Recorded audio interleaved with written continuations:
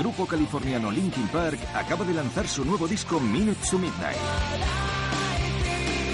Con este polémico videoclip censurado en muchos países, el nuevo disco se ha colocado directamente en el número 1 de las listas de ventas. Rompe la barrera del sonido con el nuevo disco de Linkin Park. Y ahora os dejamos con los Simpsons. Hello everybody, it is me, SMNICK. I know you guys probably haven't heard of me in quite a while. I know it's been a while since I've uploaded a video onto the channel, and that will hopefully change, probably not though. But today we have a special upload. Right here with me, I have a special guest, Mr. Lane McCollum, or the Smooth Criminal, whatever he would like to be called. Hi gamers, what's up? Yes. And in this instance, you know, I've had a big passion for music the past few years, and Lane was the perfect option to put on here, because he's also very passionate with music, rock music, and all sorts of music except for rap music. Is that right? Well, kinda. Yeah, mostly. I for mean, the most part. you're starting to get into it, right? Yeah, a little bit, definitely. And today I decided, really just out of the blue, because Lane wanted to do this for his channel. I decided to review one of my favorite albums of all time, and I know it's very off to do this on this channel, but I'm just gonna do it anyway because this channel is really dead, so I might as well. So today I'm gonna be reviewing the album Minutes to Midnight by American rock band Linkin Park. A really freaking good album. And Lane has been a pretty big Linkin Park fan for how long? I don't know. Bro. So, I don't want to say anything without sounding like a noob. But you he got me into Linkin Park a while ago, so let's put it that way. Let's safely say a few months. Like, Yeah, since, right. since the beginning of this pandemic, let's say. All right. Let's say around there. Because I remember Lane was streaming on his Smooth Criminal channel, and then I told him about freaking Linkin Park, and he was like, "Yeah, I should listen to them. I just heard the lead singer died." And then he never And I never did. Afterwards. And then we sat down and we listened to Living Things. Yeah, like 2 years later. 2 years later. Yes. Which is a weird way to start, but yeah, in my opinion, it's one of their, in Lane's opinion, it's one of their weaker albums, but I think it's a very electronic. They went with especially, I feel like, since I'm a pretty big electronic fan. It's one of my personal favorites. But this video is not about 1,000 Suns. I mean, God, Living Things. This video is not about Living Things. This video is about Minutes to Midnight, which was released in 2007. It came out about 4 years after Meteora, yeah. After Meteora, which was a very, very hard rock album, which is it's a very strange choice, don't you think, that they would go from such a hard metal record to a very let's say like different. Very different. I wouldn't say it's pop, but it's like a different style of rock, wouldn't you say? Oh yeah, I think this is probably one of the most pivotal albums in their discography. One of the albums that marks a turning point. Yes. Because Meteora, in terms of chart success, it was their most successful. And that's the biggest album that chart's ever had. Every single one of that album went to number one. Thing's insane. So off the gate, they already have a lot of pressure on them to make something good. Yeah, because they have already two of because they had Hybrid Theory, which is like the equivalent to the Black Parade, or the equivalent to a Thriller album, you know, and then they're gonna follow it up with Meteora, which is another great album, and then they're gonna follow, and then they're like, what are we gonna do now? Exactly. Hybrid Theory is the biggest selling album of the 21st century. That should already say something right there. So and I the think fact that they keep going on, and you know, it just says a lot about their dedication to music, you know. This album marked a turning point with their style too. The style definitely changed with this record. It still sticks with a lot of who they are as a band. Oh, definitely. There's a lot of stuff in here that calls back to their early stuff. Like "Giving Up" is probably the biggest example. And for this video, we're gonna go over every single track, and we're gonna just talk about it. We're gonna talk about the best, what's good about it, or what's bad about it, or something like that. All that. All that good stuff. And without any further ado, let's get started. So track number 1, Nicholas Stoller's favorite Linkin Park song. I'm gonna shut up. Track number 1. Wait, this is actually a really cool way to to get into the opener. Album. I think it's kind of like a lead up to Giving Up. Certainly it's not memorable. Definitely not. The only thing that's really memorable about the song is the static in the beginning. Or like the little cracks in the little crackles in the beginning. Yeah, that's probably another good memorable one. I think the ending. Yeah, I think the ending where this explodes. I think is really memorable too. And I mean, there really isn't much a good to say intro about this track, other than the fact that it's a good opener, even if there's really nothing much in it. But it's good. There's really nothing much to say about it. But one thing that I can't compliment is that it transitions to the next track that we're going to talk about, which is Giving Up. Really good transition. I think it would have worked better if there was like a fade in, but I think that it works fine the way it is too. Giving Up with the clapping. Yeah, I mean it is kind of weird, but it would have worked better as a fade in my opinion. Yeah. But I think Giving Up is definitely one of the best songs they've made, period, and also one of the best songs on this album. Yeah, and this song kind of also shows the how they're in this album. They're still Linkin Park. They still have that Linkin Park sound, especially with Chester's screams. God bless his heart. That it's just Meteora styled. Yeah, it's just. I'd say this song is probably the most reminiscent of all their early stuff. I think it definitely calls back to that part. Yeah, and in all reality, this is also one of their most popular songs, right? Oh yeah, definitely. And I think a huge part of that is like the 17-second long scream that happens about 2/3 in. And it's a very memorable track. And it has one of Chester's most brutal screams, in my opinion. It's definitely one of the heaviest songs they've ever done too. Which is crazy to think about because it's on this album.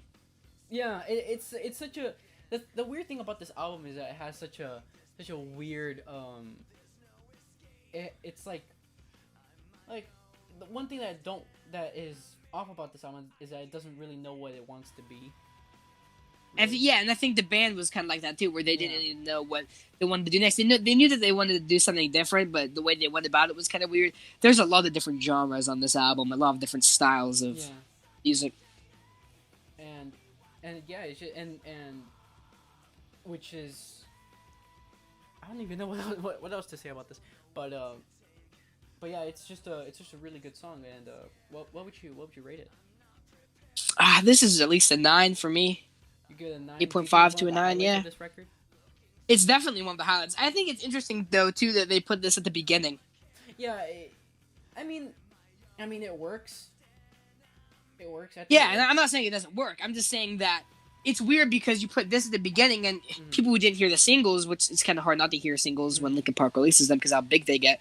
But if you're going into this thing, you're kind of expecting like a more modernized, more like cleaner Meteora. Yeah. And then the song right after it is pop. Yeah, that's what I was thinking. Like it's such. This isn't in my opinion. This is more like an alternative album. Like alternative rock. I can see it like that, yeah.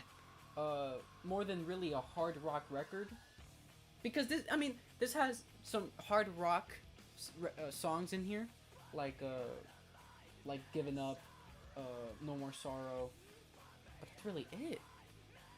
I guess you could kind of say Bleed It Out, but Bleed It Out. Actually, only half of it. The bridge is pretty heavy. The chorus is pretty rocking, not fully. The next track, Leave Out All the Rest. Which has kind of become a meme in this YouTube channel right here. Yeah, yeah. Theme song for the feature hits. Yes, the theme from the future. Which funny story, I found this song, in December 2017, a few months after Chester passed away, and I was in probably the 8th grade, and I was listening to the I was in this class called Hotspot, and it was like it's this class where you're on the computer and you do a bunch of math problems and stuff, and they allowed us to go on this like this website where you get to listen to music or something, and then no, it was iTunes. They allowed us to go on iTunes, and then we went on, and then Leave Out All the Rest came on the radio, and I was like, this is really good. This is another really good Linkin Park song, and I was like, how did I not know about it? You know, and I listened to it, and I loved it so much that I put it in my plush series. Not the only Linkin Park song in that series either, folks. That's not the only one, because there's ones from One More Light. There's stuff from Meteora. Wait, is there stuff from Meteora? Yeah, something was Somewhere I Belong. There it is. Somewhere I Belong. We used an 8-bit version of Somewhere I Belong in the background for like the last episode. I think I gave the guy credit for that. I think in the credits, the freaking 5-minute credits. He better have. Oh my god. But yeah, Leave Out All the Rest. This is kind of an issue I have with a lot of albums. It's not really an issue in terms of flow with a lot of albums, but it is kind of weird. This marks a 4-song streak where it's just all singles. Yes. Kind of. It's not a big. Like what I Joji think. did with Nectar. Yeah, I think it's kind of an issue though when you're going into it for the first time, because if you've already heard the singles, you get all of them in a row, and then the last section of the album just seems not really as much of a standout to you. You're just kind of like, songs I don't know. But I think going back through, and another album that comes to my mind is Nirvana's Nevermind, where a lot of the singles are in the top 6 songs. But I think it only affects you for the first lesson or two, and then afterwards you feel like the flow gets a little bit better, and you kind of appreciate it as more as an album instead of just saying the first side is the good side and the second side is the bad side. Mm-hmm. I think overall that it's not really an issue, but it is kind of weird. I don't know why artists do that, but back to the music. Leave Out All the Rest is an amazing song. It's a very haunting track, but also a very great track. You know. With all due respect to the amazing track, The Little Things Give You Away, I feel like this could have been a good closer. I could kind of say so if Little Things Give You Away didn't exist. Little Things Give You Away, it's also a great closer. Leave All the Rest can also be a really good closer. Oh, definitely. Yeah. I would say so.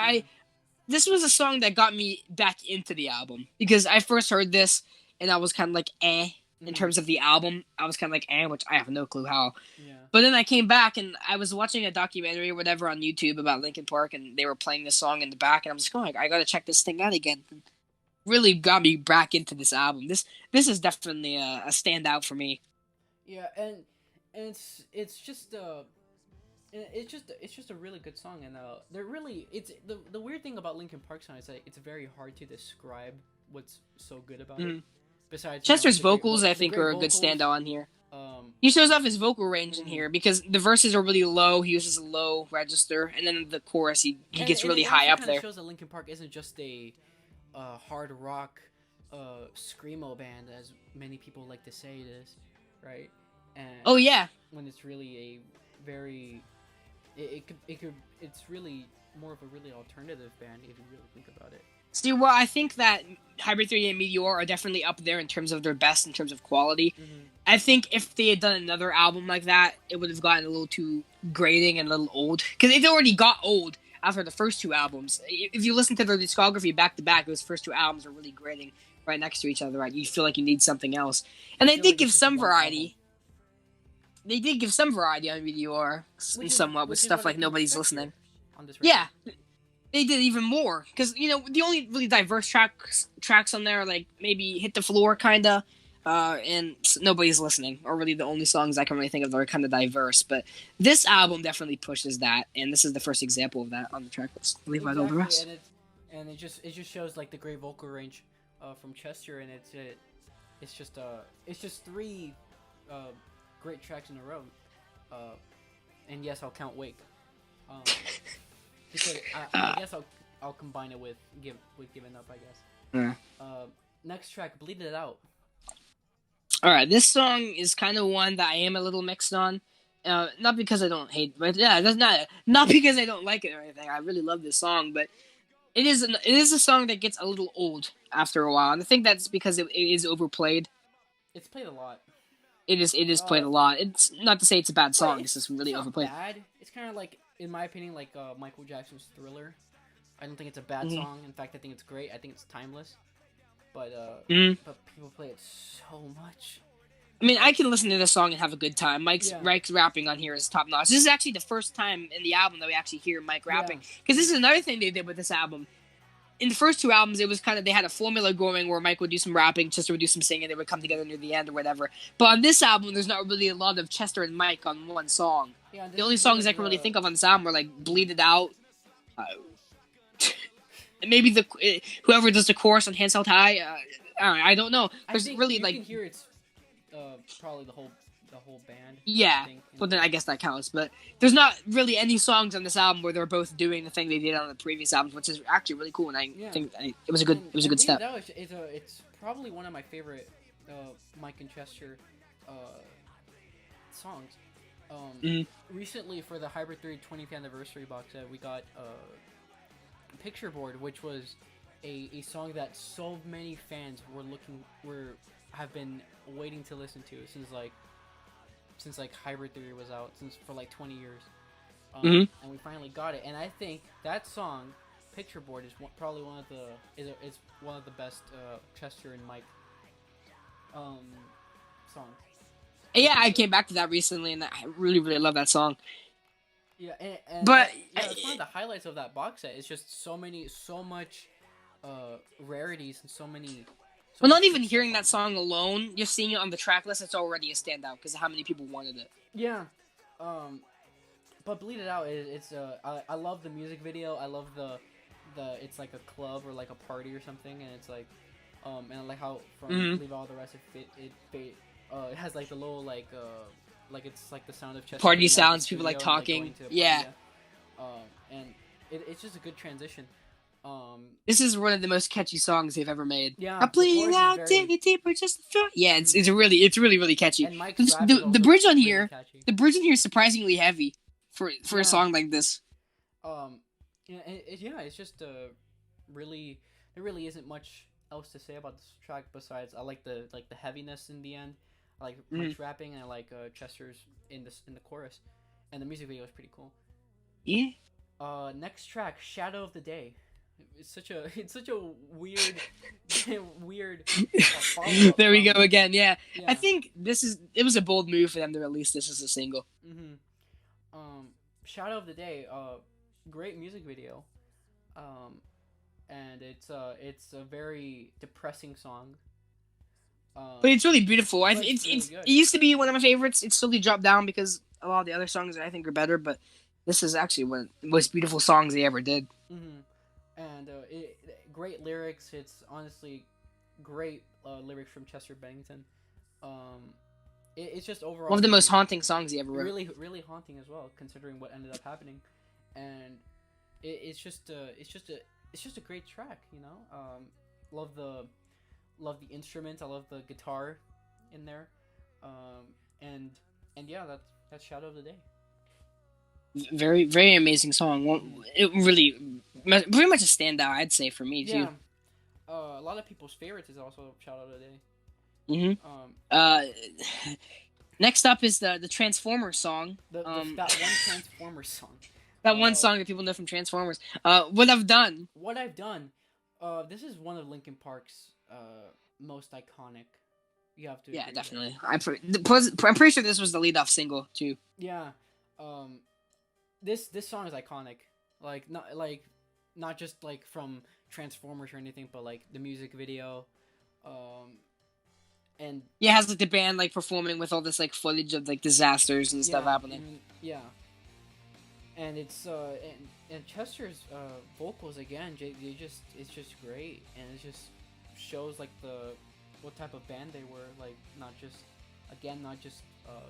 screaming, not just any of that. It's just like a lot of it really just it was really diverse, I guess you could say. Yeah, we're only halfway through, and the album's already shown its diversity. Mm-hmm. And it only gets more diverse as it progresses. I think Yeah. the second side's a whole lot more diverse than the first half.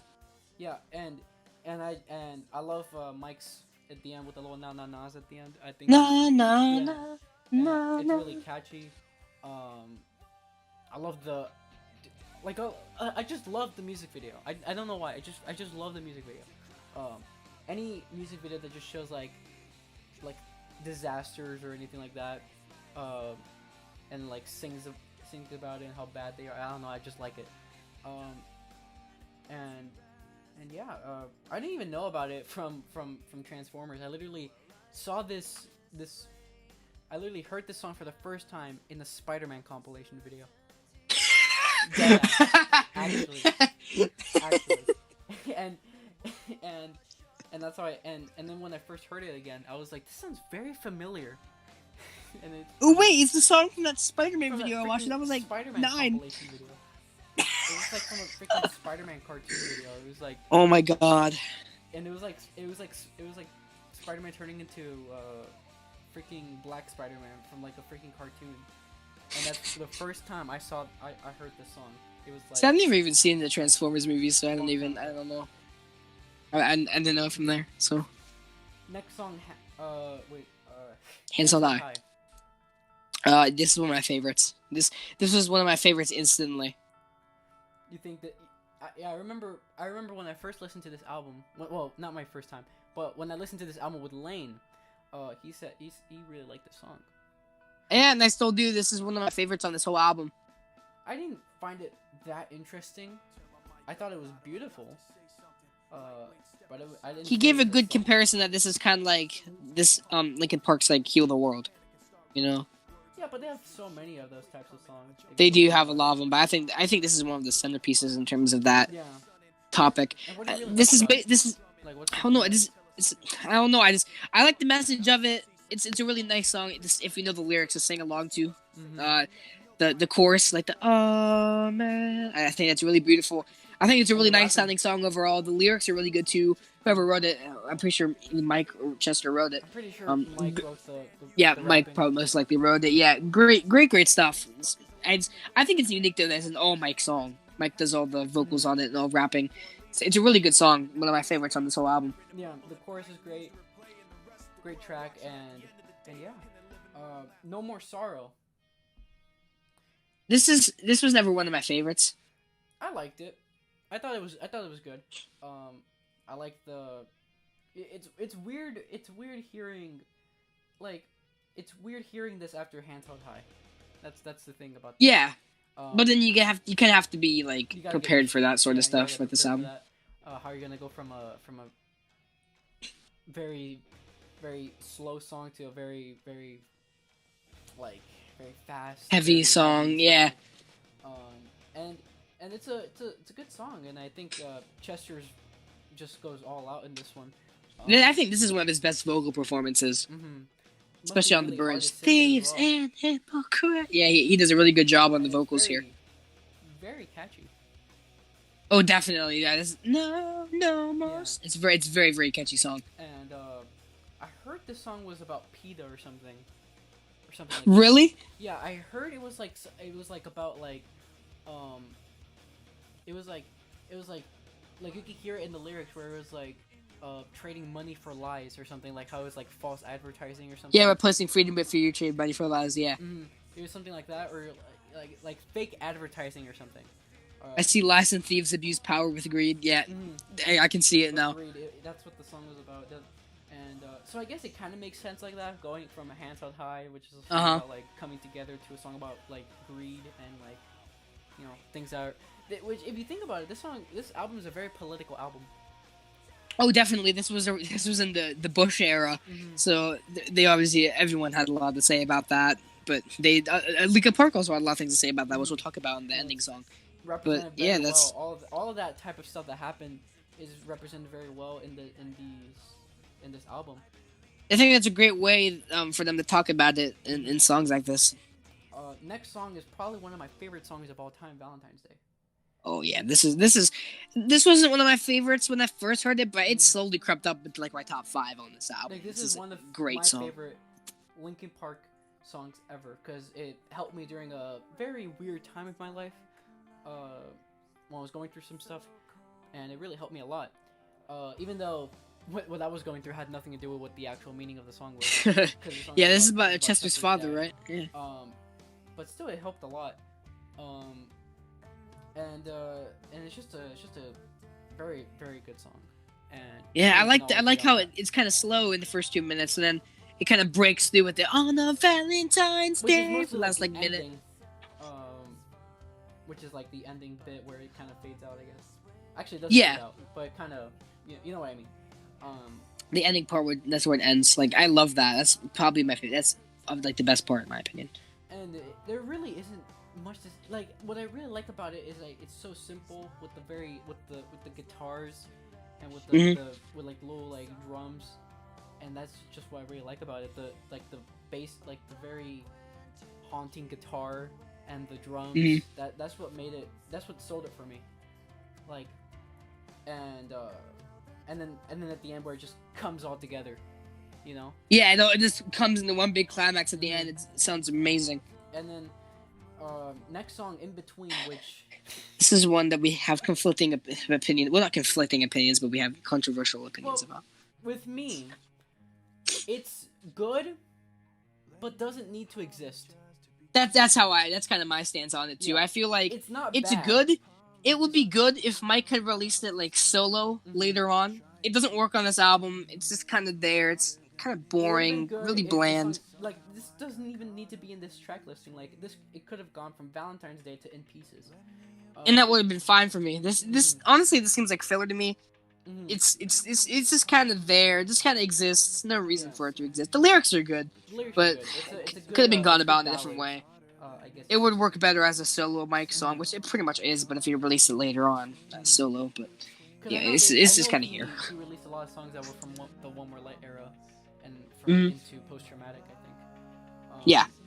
And then next song, In Pieces, another just oh my god, another one of my favorites. One of my favorites as well. The instrumental is the thing. Oh yeah, this is one of the most unique ones. That like the has like kind of like the I don't know, like kind of like I don't know if I would say like ska kind of like guitar sound that goes throughout it. It's really weird to explain, but it's really nice, and it really adds to the whole sound of it. This chorus is also one of my favorites too. Like it kind of sounds like it's such a hard, it's like such a haunting song, you know, but it's like but it's also again one of those songs that really helped me a lot, because this album really helped me a lot when I was going through some stuff, and that's kind of the power of Linkin Park, you know, and like the power of a lot of bands, you know, and it's just a great track. I think it's very underrated, and I think it needs more recognition, because it does come right before Little Things Give You Away, so I guess that does kind of overshadow it a lot. Yeah. But I think that this is one of their best songs on this album, and a really underrated track that you should definitely give more attention to. Of Little Things Give You Away, the next song is The Little Things Give You Away. It's the greatest song this band's ever made. Deadass. It's deadass. The greatest song Linkin Park's ever made. And I know a lot of you. Okay, well, for me it's conflicting with a lot of stuff. With stuff like One More Light, the title track, because or this. But this song is such a good closer, such a great song, such great. This has got to be one of my favorite songs of all time, in like at least my top 15, 20. The great, in my opinion, it's the best song this band's ever made. And like I said earlier with No More Sorrow, how they did, how we talked about how they kind of went political. This is also a very political song about the represent with like the lyrics, washed away as a nation simply stares, you know. Yeah, talking about the hurricanes and stuff, and how the administrations in the U.S. or whatever didn't really do much about it. Yeah, it's actually a really nice song. Portrays that very nicely. It's a great political statement, and I think it to be honest with you, the great thing is that you can interpret it in many ways. Yeah, you know, that's another thing about it. It's a great way to. It's not really outdated. Mm-hmm. You know, Yeah, because they overshot. definitely. It kind of sounds like a heartbreak song, but it also sounds like. I think this use one word to describe this song is epic, like Yeah, the or an ending, anthem, I guess you could call it. especially if you see a live version of this song. Like, Oh, definitely stuff like Road to Revolution. Oh, that's amazing live performance. It's just a very epic ending and a great way to end an amazing record. The ending part of this thing is, in my opinion, the greatest moment of all their discography. Yeah, and it's you got Chester vocalizing, and then you have like the different lyrics coming in different channels on the sides. It's amazing.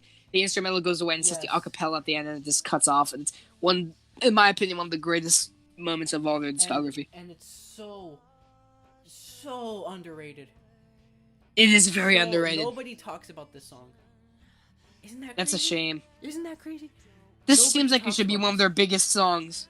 And it's so sad because most people just talk Numb, which is a great song, don't get me wrong, but when this song exists, and then when people talk exactly, to Midnight, they just talk Giving Up. So you can see here, my favorite Linkin Park album is 1,000 Suns. Yeah. This is probably my second favorite, Minutes to Midnight. And there's so many songs on that album that I think are amazing songs, and like Waiting for the End. People talk that song up. It's probably one of my favorite Linkin Park songs as well. But everyone talks that song up, and I get it because it's a really good song. It was your favorite Linkin Park song? Yeah, and it's still in my top 3. Yeah. I love that song to death. That's one of my favorite Linkin Park songs of all time. And I think stuff like that, comparing the stuff like that on that album, even like Wretches and Kings, stuff like that. Wretches and Kings is a great song from 1,000 Suns that deserves a lot more recognition, and I can kind of compare that to this. That when we get to the 1,000 Suns review. Oh yeah, we'll talk about that when we get to 1,000 Suns, but if we even do it. But if we even do it, yeah. Little Things Give You Away, great ending, great song, one of their best, or their best. And that really concludes Minutes to Midnight. Well, if we count the bonus tracks, no more. What was the name of that song? No Roads Left. I love that song. Mike, I think that's Mike's like best vocal performance in my opinion. I freaking love that song. I've never heard the bonus tracks. You've never heard the bonus track? No, I've never heard the extra tracks though. There's nothing interesting, so you're not missing out on Mike. But No Roads Left is one of Mike's best vocal performances when it comes to his singing. Alright, so are we gonna do like final like ratings or whatever? Yes. This album, one of my favorite albums ever. Really helped me a lot.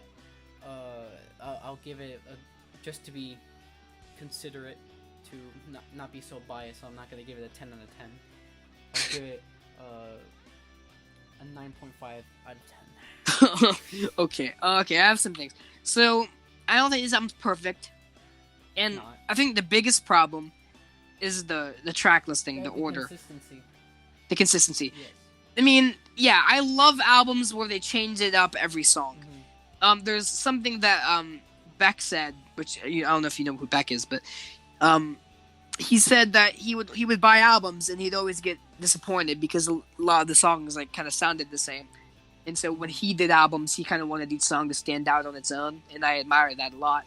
But sometimes when you do it, it doesn't really work out as well. And I think with this album, each song is amazing.